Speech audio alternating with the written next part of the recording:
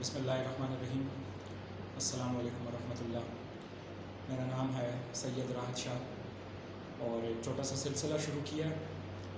ہمارے کچھ بہت ہی اہم موضوعات ہیں، تو اپنا جو خیال رکھتے ہیں، تھوڑے بہت ریسرچ ہے، وہ ایک خاص انداز میں آپ لوگوں کے سامنے رکھنے کے لیے ایک چھوٹا سا سلسلہ ہے. امید ہے آپ کو پسند آئے گا. پہلا ٹاپک یا آج کا ٹاپک جو انتخاب کیا ہے وہ ہے ڈیفالٹ کر جانا یا بینک کرپسی. اردو میں اگر ہم بات کریں تو دیوالیہ پن. یہ اگر آپ سنیں آج کل پاکستان کے جو حالات چل رہے ہیں اس میں آپ کو ٹی وی پہ، اخبارات میں، سوشل میڈیا پہ یہ الفاظ کافی زیادہ سننے کو ملیں گے. پہلے تھوڑا سا سمجھنے کی کوشش کرتے ہیں کہ بینک کرپسی یا دیوالیہ پن ہوتا کیا ہے. آپ اگر کسی بینک کے پاس جاتے ہیں، آپ نے گھر بنانا ہے اور وہاں سے آپ قرض کے لیے اپلائی کرتے ہیں، تو وہ کچھ شرائط رکھتے ہیں، آپ کو قرض دے دیتے ہیں کچھ شرائط پر. ماہانہ بنیادوں پہ آپ کو اس میں جو ہے ان کے اقساط واپس کرنے ہوتے ہیں. آپ کچھ عرصے تک یہ کام کر لیتے ہیں، ان کے اقساط بڑے خوش اسلوبی کے ساتھ واپس کرتے ہیں، لیکن کچھ عرصے بعد آپ کے فائنینشیل جو حالات ہیں وہ کچھ ایسے ہو جاتے ہیں کہ آپ وہ قرض کے اقساط واپس نہیں کر پاتے. کچھ بینکوں کے اصول ہوتے ہیں، کچھ میں 2 کنٹینیو اقساط واپس نہ کرنے پہ، کچھ پہ 3 کنٹینیو اقساط واپس نہ کرنے پہ وہ آپ کو جو ہے وہ ڈیفالٹر قرار دے دیتے ہیں اور آپ کو لیگل نوٹس بھجوا دیتے ہیں.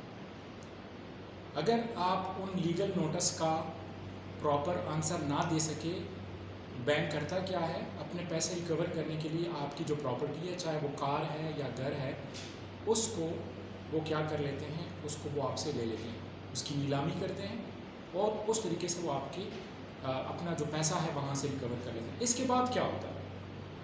کیا آپ ختم ہو گئے، دوبارہ لون نہیں لے سکتے؟ جی نہیں، آپ دوبارہ لون لے سکتے ہیں، لیکن آپ کے لیے جو شرائط رکھے جاتے ہیں قرض لینے کے لیے وہ بہت ہی سخت ہو جاتے ہیں. پہلے اگر آپ کو زیادہ گارنٹیئر کی ضرورت نہیں تھی، تو ابھی آپ کو زیادہ گارنٹیئر کی ضرورت پڑے گی. اس کے علاوہ جو شرح سود ہے وہ آپ کے لیے الگ سے مقرر کی جائے گی اور جو شرائط ہیں وہ زیادہ سخت ہو جائیں گے.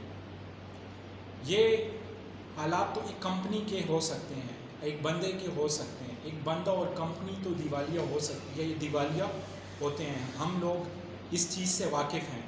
ہمارے آس پاس آپ لوگوں نے دیکھا ہوگا بہت سے لوگ دیوالیہ پن کا یا بہت سی کمپنیاں دیوالیہ پن کا شکار ہو کے بینک ان کو کیا کرتے ہیں، بینک ان کی چیزوں کو نیلام کرتی ہیں. یہ ہمارے سامنے سے گزرا ہوا ہے. لیکن کیا ممالک بھی نہیں دیوالیہ ہو سکتے ہیں؟ ایک کویشچن یہ بھی ذہن میں آتا ہے کہ آپ کوئی ملک بھی دیوالیہ ہو سکتا ہے.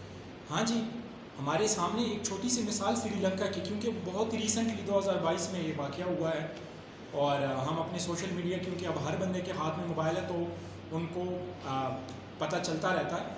تو سب کو پتہ ہے کہ سری لنکا بینک کرپٹ ہو چکا ہے. کیا سری لنکا واحد ملک ہے جو بینک کرپٹ ہوا ہے؟ سوال تو یہ ہے کہ کیا اس کے علاوہ بھی کوئی اور ممالک ہیں جو ہسٹری میں دیوالیہ پن کا شکار ہو چکے ہیں؟ جی ہاں، بہت سے ممالک جو ہے دیوالیہ پن کا شکار ہو چکے ہیں. اگر ہم بات کریں ارجنٹینا، ایکواڈور، اس کے علاوہ فرانس 1958 میں، میکسیکو، ٹھیک ہے، اور آپ کا لبنان اور گریس یا یونان، یہ 2015 میں دیوالیہ ہو چکے ہیں. یہ جن ممالک کی آپ کو میں نے مثال دی ہے، اگر آپ تھوڑا سا سرچ کر لیں اور ان کے متعلق دیکھ لیں تو دیوالیہ ہونے سے پہلے وہاں کے جو حالات ہوتے ہیں وہ انتہائی خطرناک ہوتے ہیں. وہاں پہ ہنگامے پھوٹ پڑتے ہیں، خوراک کی قلت ہو جاتی ہے، ٹرانسپورٹ تقریباً عملاً بند ہو جاتا ہے، چیزیں بہت زیادہ مہنگی ہو جاتی ہے، کرنسی بہت زیادہ ڈی ویلیو ہوتی ہے اور لوگوں کی جو قوت خرید ہے اس میں بہت زیادہ فرق پڑتا ہے. میں ایک چھوٹی سی ملک کی آپ کو مثال دوں گا. سری لنکا تو ابھی ہمارے سامنے ہے، وہ آپ لوگوں کو پتہ ہے. میں یونان کی مثال آپ کو دوں گا جو کہ یورپین یونین کا ایک ملک ہے، ایک بہت بڑا بلاک ہے. اگر آپ دیکھ لیں تو اگر سب سے طاقتور یا مضبوط بلاکس کی ہم بات کریں تو اس میں یورپین یونین ایک بہت ہی طاقتور بلاک ہے. گریس یا یونان جو ہے اس بلاک کا ایک حصہ ہے. قرضہ بہت زیادہ لیا ہوا ہے مختلف ممالک سے بھی اور انٹرنیشنل باڈی سے بھی، جس میں ورلڈ بینک بھی آ جاتا ہے، آپ کے IMF بھی آ جاتا ہے، تو ان سے زیادہ بہت زیادہ قرضہ انہوں نے لیا تھا. لیکن قرضہ زیادہ ہونے کی وجہ سے اور ان کی اپنی پیداوار جو تھی یا ان کے اپنے جو وسائل تھے وہ کم تھے، تو وہ ان قرض کے اقساط کو پراپر ٹائم پہ دینے کے قابل نہیں تھے۔ یہ سلسلہ جو تھا یہ 2008 سے شروع ہوا تھا اور 2008 سے یہ سلسلہ چلتا رہا 2015 تک۔ 2015 میں یونان پہ بہت سخت وقت آیا۔ پہلے ان کی یورپین یونین پوری طرح سے مدد کرتا رہا، IMF ان کی مدد کرتا، لیکن ایک وقت ایسا آیا کہ جس میں وہ اس قرض کو کسی طور پہ بھی واپس نہیں کر پا رہے تھے اور 2 مسلسل اقساط IMF کو واپس نہ کرنے پہ یونان کو بینک کرپٹ ڈکلیئر کر دیا گیا۔ اب جب تک وہ بینک کرپٹ ڈکلیئر کر رہے تھے، وہاں پہ حالات کیا تھے؟ انہوں نے اپنے جو گورنمنٹ کے ملازمین تھے ان کی تنخواہیں آدھی کر دی۔ دوسرا، وہاں پہ جو پینشنر تھے ان کی پینشن بند ہو گئی۔ ہاسپٹلس میں جو سہولیات فراہم کر رہے تھے، جو گورنمنٹ اپنے مریضوں کو پرووائڈ کر رہی تھی، وہ بند ہو گئے۔ صفائی کے نظام تقریباً جو ان کا تھا وہ ختم ہو گیا۔ یعنی جو جتنا بھی سوشل ورک کیا جا رہا تھا وہ تقریباً تمام کا تمام یونان میں بند ہو گئے، اور یونان میں ایک بہت زیادہ مظاہرے جو تھے وہ پھوٹ پڑے تھے اور اس میں کافی زیادہ نقصانات جو تھے ہوئے تھے۔ لیکن بعد میں پھر یورپین یونین ان کی مدد کے لیے آیا اور ان کے جو سود تھا اور ان کے جو قرضے تھے ان کو آدھے کرنے پہ آمادہ ہو گئے تھے، اور کسی طریقے سے وہ ان کو اس صورتحال سے باہر نکال لے آئے۔ لیکن ابھی بھی اگر ہم یونان کی صورتحال دیکھ لیں تو وہ بہت خطرناک ہے۔ ابھی بھی ان کا جو GDP ہے وہ تقریباً کوئی $250 ارب ہے، اور ان کے جو بیرونی ملک قرضے ہیں وہ $350 ارب ہیں۔ تو ابھی بھی ان کو اپنے وہ قرض کے اقساط واپس کرنے میں کافی زیادہ مسئلے مسائل ہیں۔ چلے یہ تو باقی ممالک کی بات ہو گئی۔ اب ذرا بات کرتے ہیں پاکستان کی، کیونکہ یہ ورڈ جو بینک ڈیفالٹ کا ہے یہ پاکستان کے ساتھ بہت زیادہ ہم ایسوسیٹ کرتے ہیں۔ کیا پاکستان واقعی دیوالیہ ہونے جا رہا ہے یا دیوالیہ ہو سکتا ہے؟ اس کا اگر جواب دیں، بہت ہی پیچیدہ قسم کا سوال ہے، لیکن اگلے 2 سے 3 مہینے میں ایسی کوئی ہمیں صورت نظر نہیں آتی کہ پاکستان دیوالیہ ہو سکتا ہے۔ اگر ٹھوس اقدامات کیے جائیں تو پاکستان اس صورتحال سے بہت آسانی سے باہر نکل سکتا ہے۔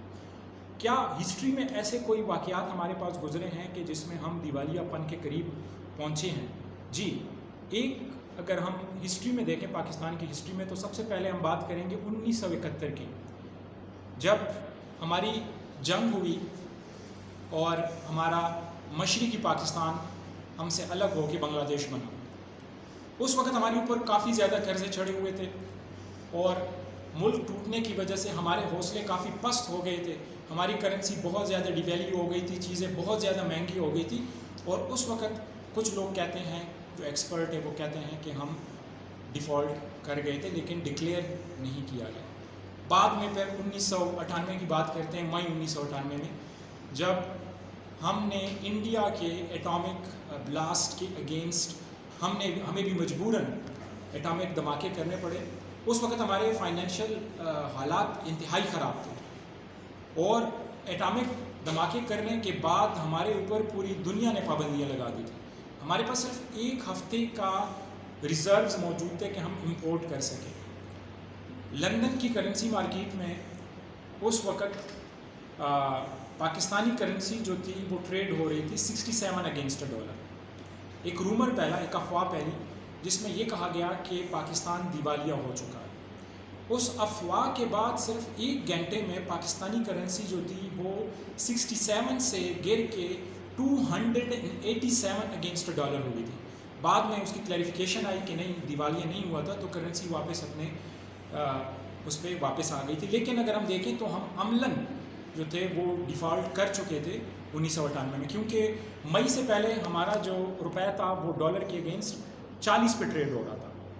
جیسے ہی ہم نے دھماکے کی اور ہمارے اوپر پابندی لگی تو ہماری کرنسی گرتے گرتے 67 یا 67 روپے پہ آ گئی تھی، مطلب کہ 53% کی گراوٹ روپے میں دیکھی گئی۔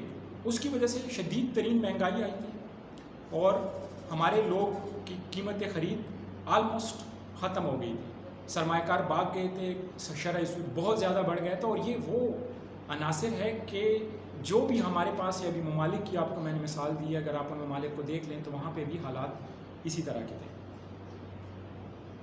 یہ کچھ عقائد تھے جو آپ کے ساتھ بتائیں۔ اللہ پاکستان کو اپنے حفظ و امان میں رکھے، اور اللہ کرے گا کہ ہم ان حالات سے بھی باہر آ جائیں گے، لیکن اس میں کافی زیادہ جو ہے وہ ڈیپ نالج اور آپ کی جو ہے وہ کہہ سکتے ہیں کہ سیاسی طور پہ ملک میں استحکام کا ہونا اور ایک اچھی حکومت یا قومی حکومت کا ہونا بہت ضروری ہے. شکریہ جی، تھینک یو ویری مچ.